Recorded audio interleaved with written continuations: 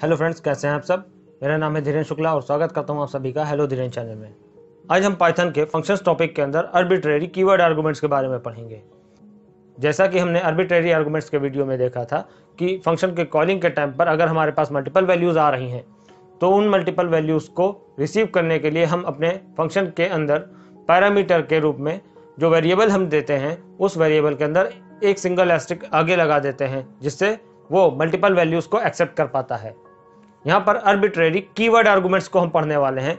यहाँ पर क्या होगा कि अगर हम मल्टीपल वैल्यूज भेज रहे हैं लेकिन जो भेजी जाने वाली वैल्यूज हैं वो डिक्शनरी की तरह की एंड वैल्यू के पेयर में भेज रहे हैं, तो ऐसे केस में अगर हम की और वैल्यू के पेयर में मल्टीपल वैल्यूज को भेज रहे हैं तो हम अपने फंक्शन के पैरामीटर के वेरिएबल में डबल एस्टेरिस्क ऐड कर देते हैं, जिससे हमारा वो वेरिएबल जिसके आगे डबल एस्टेरिस्क हमने लगा रखा है एज अ पैरामीटर वो हमारी मल्टीपल आने वाली वैल्यूज जो कि की और वैल्यू के फॉर्म में आ रही हैं उनको एक डिक्शनरी के रूप में एक्सेप्ट कर पाता है और फंक्शन के अंदर पहुंचा पाता है।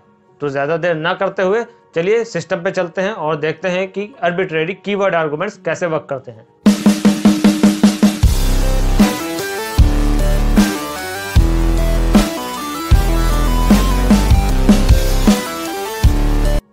तो अब हम आ गए हैं अपने कंप्यूटर के स्क्रीन पर एंड चलिए सबसे पहले ओपन कर लेते हैं सबलाइम टेक्स्ट एडिटर। यहाँ पर हमने ले रखी है एक नई फाइल और आज हम पढ़ने जा रहे हैं आर्बिट्रेरी कीवर्ड आर्गुमेंट्स के बारे में। ये मैंने कमेंट के रूप में ऑलरेडी अपने टॉपिक को लिख दिया है। तो सबसे पहले फाइल को कर लेते हैं सेव। हमारी लोकेशन वही है पहले की तरह, सी ड्राइव के अंदर पाइथन फोल्डर, और पाइथन फोल्डर के अंदर जैसा कि मैं अपनी सभी फाइलों को रखता हूँ, मैं अपनी इस फाइल को भी यहीं पे सेव कर लेता हूँ और मैं अपनी फाइल का नाम ARG दे देता हूँ, यानी कि short form of arbitrary keyword arguments. आप अपनी फाइल का नाम कुछ भी दे सकते हैं, कोई ज़रूरी नहीं कि जो नाम मैंने दिया है वही आपको नाम देना। फाइल का एक्सटेंशन लगाता हूँ .py और ध्यान रखना है सेव एज टाइप के अंदर और फाइल्स होना जरूरी है। सेव बटन पे करता हूँ क्लिक एंड हमारी फाइल सेव हो चुकी है। मैं फिर से बता दूं कि आप अपनी फाइल का नाम कुछ भी दे सकते हैं, मैंने जो भी यहाँ नाम दिया है कोई ज़रूरी नहीं आपको यही नाम देना है। आते हैं अपनी फाइल के अंदर एंड पढ़ते हैं कि आर्बिट्रेरी कीवर्ड आर्गुमेंट्स क्या होते हैं। जैसा कि मैं पिछली वीडियो में बता चुका हूँ कि कीवर्ड आर्गुमेंट्स क्या होते थे। ये देखिए, हमने यहाँ पर एक फंक्शन बनाया था जिसमें age, city, salary and name ये 4 वेरिएबल्स यानी पैरामीटर पास किए गए थे। फंक्शन की कॉलिंग के टाइम पर हमने नेम वेरिएबल के अंदर ये वैल्यू पास करी है, एज के अंदर पास किया है कुछ वैल्यू, सैलरी के अंदर कोई वैल्यू पास करी है, सिटी वेरिएबल के अंदर भी कोई वैल्यू पास करी हुई है। तो यहाँ पर होता क्या था, कीवर्ड आर्गुमेंट्स में हम एक वेरिएबल के अंदर किसी वैल्यू को स्टोर करके तब हम उस वैल्यू को फंक्शन के अंदर सेंड करते थे एंड इन्हीं वेरिएबल्स को यहाँ पर फंक्शन की डेफिनेशन में पैरामीटर के तौर पर लिखा जाता था। यहाँ पर यह कंपलसरी होता है कि वैल्यू को जिस वेरिएबल के अंदर स्टोर करके भेजा जा रहा है वही वेरिएबल पैरामीटर के तौर पर यहाँ पर फंक्शन के अंदर हमें देने होते थे और इन वेरिएबलों से हम फंक्शन के अंदर वैल्यू को एक्सेस कर पाते थे। सेम ऐसा ही कुछ यहाँ पर आर्बिट्रेरी कीवर्ड आर्गुमेंट्स में होगा। सबसे पहले बना लेते हैं अपना फंक्शन। डेफ कीवर्ड फंक्शन बनाने के लिए यूज होता है। डेफ स्पेस अपने फंक्शन का नाम, लेट सपोज अपने फंक्शन का नाम मैं माई फंक दे देता हूँ। पैरेंथेसिस लगाएंगे, पैरेंथेसिस के बाद हम कोलन लगाते हैं और ये फंक्शन के अंदर आ गए। सबसे पहले नीचे जा करके फंक्शन से बाहर निकलते हैं एंड डेफ कीवर्ड के नीचे आकर के यहाँ पर फंक्शन की कॉलिंग कर लेते हैं। फंक्शन की कॉलिंग के टाइम पर हम पैरेंथेसिस में वैसे ही वैल्यू पास करेंगे जैसा कि हमने कीवर्ड आर्गुमेंट्स में, यानी कि ये देखिए यहाँ पर जैसे पास किए हैं सेम ऐसे ही वैल्यू हमें यहाँ पर भी पास कर देनी है। लेट सपोज नेम नाम का वेरिएबल लेते हैं और उसके अंदर मैं अपना ही नाम दे देता हूँ, कॉमा एज वेरिएबल के अंदर मैं एक वैल्यू जैसे 30 पास कर दी मैंने। सैलरी इज इक्वल टू मैं लेट सपोज की 40,000 दे देता हूँ, comma and city is equal to let suppose एक लखनऊ दे देता हूँ।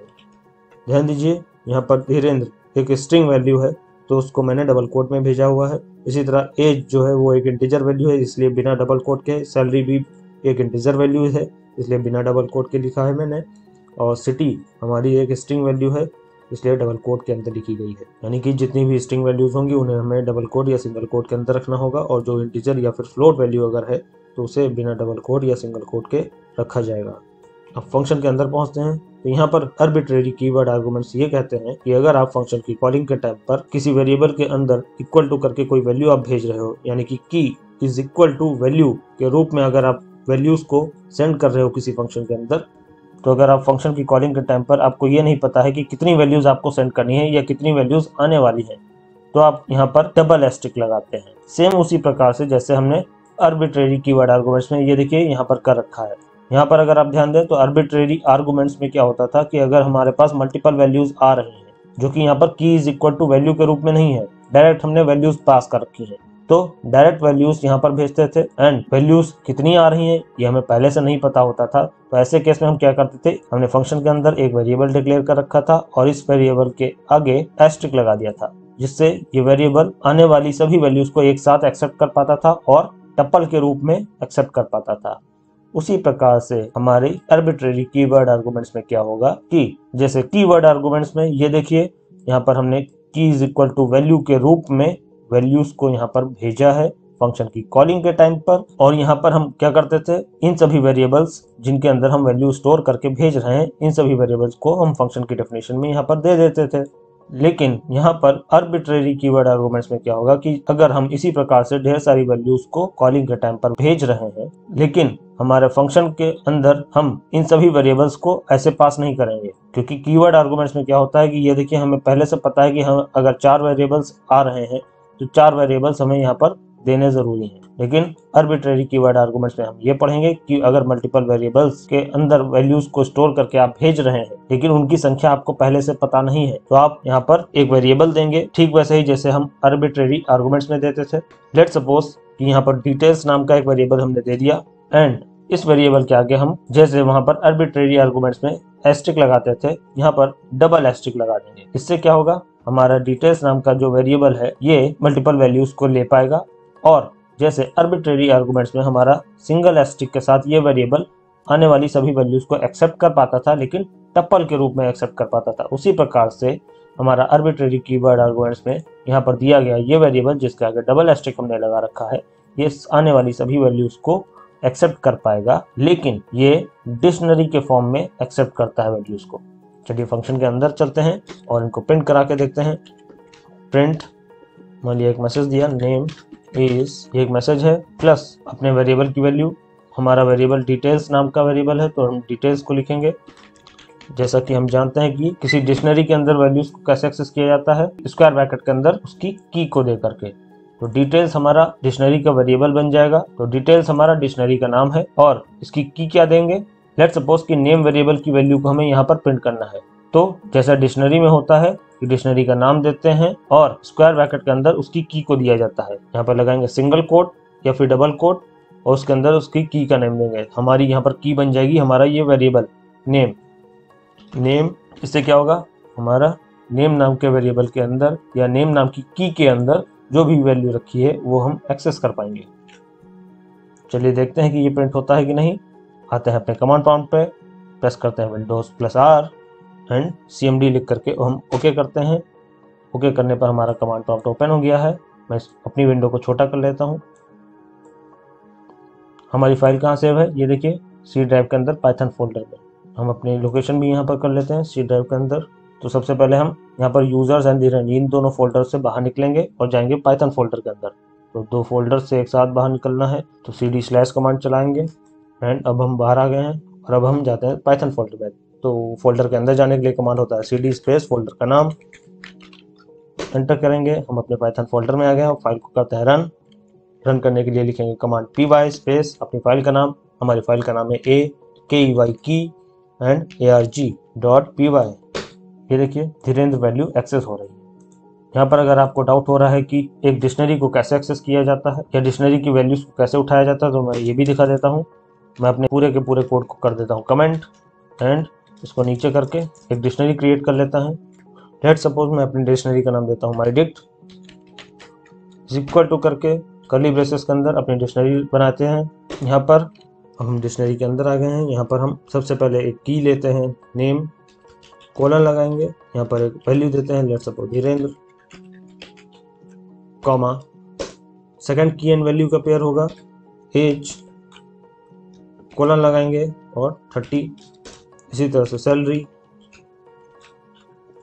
कोलन लेट्स सपोज 40,000 एंड अब हम डिक्शनरी को एक्सेस करते हैं। तो प्रिंट लगाएंगे प्रिंट के अंदर अपनी डिक्शनरी का नाम mydict।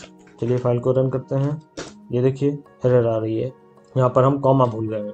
फाइल को दोबारा रन करते हैं। ये देखिए हमारी सारी वैल्यूज एक्सेस हो रही हैं। ये हमारी एक डिक्शनरी है।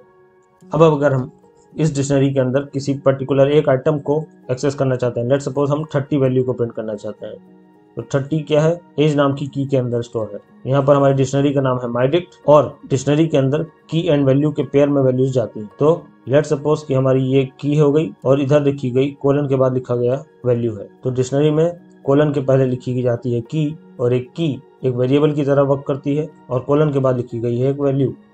इसी तरह से एज एक की है और 30 एक वैल्यू है। इसी तरह से सैलरी एक की है और 40,000 एक वैल्यू है। जो भी स्ट्रिंग वैल्यूज होंगी उन्हें सिंगल कोट या डबल कोट में लिखेंगे, और जो इंटीजर या फिर फ्लोट वैल्यू है तो उन्हें बिना डबल कोट या सिंगल कोट के लिखा जाएगा।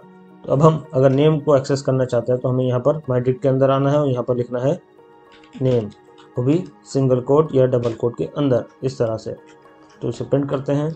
ये देखिए हमारी वैल्यू एक्सेस हो पा रही है। तो हम यहाँ पर ये देखते हैं कि एक डिक्शनरी के अंदर किसी वैल्यू को उठाने के लिए हमें उसकी की का नाम देना पड़ता है, क्योंकि एक डिक्शनरी के अंदर की वैल्यू के पेयर में सभी आइटम्स स्टोर किए जाते हैं। तो ये हो गई इसकी की और ये है वैल्यू। तो अगर हमें डिक्शनरी की किसी आइटम को उठाना है तो हमें स्क्वायर ब्रैकेट के अंदर उसकी की को देना पड़ता है। सेम उसी प्रकार से यहाँ पर हमारा आर्बिट्रेरी कीवर्ड आर्गुमेंट्स में क्या हो रहा है, मैं अपने वापस इन सभी लाइंस को ओपन कर लेता हूँ। ये देखिए कि फंक्शन की कॉलिंग के टाइम पर जब मैं मल्टीपल वैल्यूज को यहाँ से सेंड कर रहा हूँ तो आने वाली वैल्यूज कितनी है ये हमें पहले से नहीं पता होगा। ऐसे केस में हम अपने फंक्शन के अंदर पैरामीटर के तौर पर एक वेरिएबल देंगे। आप वेरिएबल का नाम कुछ भी दे सकते हैं, जैसे मैंने यहाँ पर डिटेल्स नाम दिया हुआ है, और वेरिएबल के आगे लगा देंगे डबल एस्ट्रिक। डबल एस्ट्रिक लगाने से हमारा ये वेरिएबल मल्टीपल वैल्यूज को एक्सेप्ट कर पाएगा और ये वेरिएबल डिक्शनरी बन जाएगा, जो कि डिक्शनरी के रूप में आने वाली सभी वैल्यूज को एक्सेप्ट कर पाएगा। और डिक्शनरी ही क्यों बनेगा, क्योंकि यहाँ पर हम की इज इक्वल टू वैल्यू के रूप में वैल्यूज को यहाँ पर पास कर रहे हैं। ध्यान रखिएगा, डिक्शनरी जब मैंने बनाई थी तो की कोलन वैल्यू लिखा जाता है, लेकिन यहाँ पर की इज इक्वल टू करके वैल्यू भेजी जाती है। तो फंक्शन के अंदर आते हैं। फंक्शन के अंदर आने के बाद अगर हम अपने डिटेल्स नाम की जो डिक्शनरी है जिसके अंदर मल्टीपल वैल्यूज आ रही हैं, अगर हम इसे प्रिंट करना चाहते हैं तो हमें क्या करना होगा, ठीक वैसे ही जैसे डिक्शनरी में हमने अभी किया था। अपनी डिक्शनरी का नाम, यहाँ पर हमारा डिटेल्स नाम का वेरिएबल डिक्शनरी बन जाएगा, तो हम अपने डिटेल्स नाम के वेरिएबल को लिखेंगे और स्क्वायर ब्रैकेट में हर एक आइटम की को लिखेंगे। जैसे कि हम अपनी डिक्शनरी के अंदर आया हुआ ये जो नाम है इसको प्रिंट कराना चाहते हैं तो हमें की का नाम नेम देना होगा। इसी तरीके से अगर हम प्रिंट कराना चाहते हैं एज को, तो हम यहाँ पर एक मैसेज दे रहे हैं। सबसे पहले एज इज, ये हमारा एक मैसेज हो गया क्योंकि डबल कोट में लिखा है हमने। फिर इन केस अगर मैं प्लस कर देता हूँ तो यहाँ पर प्रॉब्लम हो जाएगी कि एज एक इंटीजर वैल्यू है और प्लस ऑपरेटर कॉन्काटिनेट नहीं करा पाएगा, क्योंकि हम यहाँ पर डबल कोट के अंदर जो दे रहे हैं वो एक मैसेज है यानी स्ट्रिंग है। इस स्ट्रिंग के साथ एज जो कि एक इंटीजर वैल्यू है कॉन्काटिनेट नहीं हो पाएगी, इसलिए हम यहाँ पर लगाते हैं कॉमा स्पेस। अब हम अगर यहाँ पर अपनी एज को एक्सेस करना चाहते हैं तो हम क्या करेंगे, अपनी डिक्शनरी का नाम डिटेल्स स्क्वायर ब्रैकेट के अंदर सिंगल कोट और उसके अंदर हम लिखेंगे इसकी की। तो हमारी एज जो है वो एज नाम के वेरिएबल में है, तो एज हमारी की बन जाएगी, तो हम लिखेंगे यहाँ पर एज। इसी तरीके से अगर हम प्रिंट कराना चाहते हैं सैलरी को, तो हम यहाँ पर मैसेज देते हैं एक सैलरी इज। सैलरी भी एक इंटीजर वैल्यू है और प्लस ऑपरेटर कॉन्काटिनेट नहीं करा पाएगा, इसलिए हम लगाते हैं कॉमा। डिक्शनरी का नाम डिटेल्स स्क्वायर ब्रैकेट लगाते हैं, स्क्वायर ब्रैकेट के अंदर अपने की का नाम, सैलरी नाम के जो की है इसको हम यहाँ पर सिंगल कोट में भेज देते हैं। एंटर की प्रेस की। प्रिंट लेट सपोज हमारी सिटी अगर है तो हम प्रिंट कराना है सिटी इज, ये एक मैसेज है। सिटी के अंदर रखी गई वैल्यू एक स्ट्रिंग वैल्यू है, तो हम यहाँ पर प्लस ऑपरेटर लगा सकते हैं। तो हम यहाँ पर देते हैं डिटेल्स अपनी डिक्शनरी का नाम और स्क्वायर ब्रैकेट के अंदर सिटी, सिटी हमारी की है। प्रिंट करते हैं। ये देखिए हमारी सभी वैल्यूज प्रिंट हो रही हैं। Name is Dhirendra, age is 30, salary is 40,000 and city is Lucknow. यहाँ पर ध्यान दीजिए कि नेम इज जो है वो डबल कोट में दिया गया एक मैसेज मात्र है। ये जो मैसेज है वो एक स्ट्रिंग फॉर्म में वैल्यू है और जो धीरेन्द्र वैल्यू प्रिंट हो रही है वो भी एक स्ट्रिंग है, इसलिए हमने यहाँ पर प्लस ऑपरेटर लगाया हुआ है जो दो स्ट्रिंग वैल्यूज को कॉन्काटिनेट कर सकता है। इसलिए ये एक स्ट्रिंग नेम इज और ये जो धीरेन्द्र वैल्यू है नेम नाम की के अंदर स्टोर थी, ये वैल्यू दोनों के दोनों स्ट्रिंग होने की वजह से यहाँ पर प्लस ऑपरेटर इन दोनों को कॉन्काटिनेट कर पा रहा है। जबकि एज के अंदर रखा गया है 30 एक इंटीजर वैल्यू है, और एज इस जो आगे लगाया गया था वो एक मैसेज यानी कि एक स्ट्रिंग वैल्यू है। अगर मैं यहाँ पर प्लस ऑपरेटर लगाता तो आगे लिखी गई इतना हिस्सा एक स्ट्रिंग है और ये एक इंटीजर है, ये दोनों आपस में कॉन्कैटिनेट नहीं हो पाते और यहाँ पर आ जाती एरर। चलिए मैं करके भी दिखा देता हूँ। अगर मैं यहाँ पर प्लस लगाता हूँ, ये देखिए एरर आ रही है। एरर क्या आ रही है? Can only concatenate string to string not integer, यानी कि केवल स्ट्रिंग को स्ट्रिंग के साथ कॉन्कैटिनेट कराया जा सकता है, किसी इंटीजर को नहीं। तो यहाँ पर हमें कॉमा ही लगाना पड़ेगा।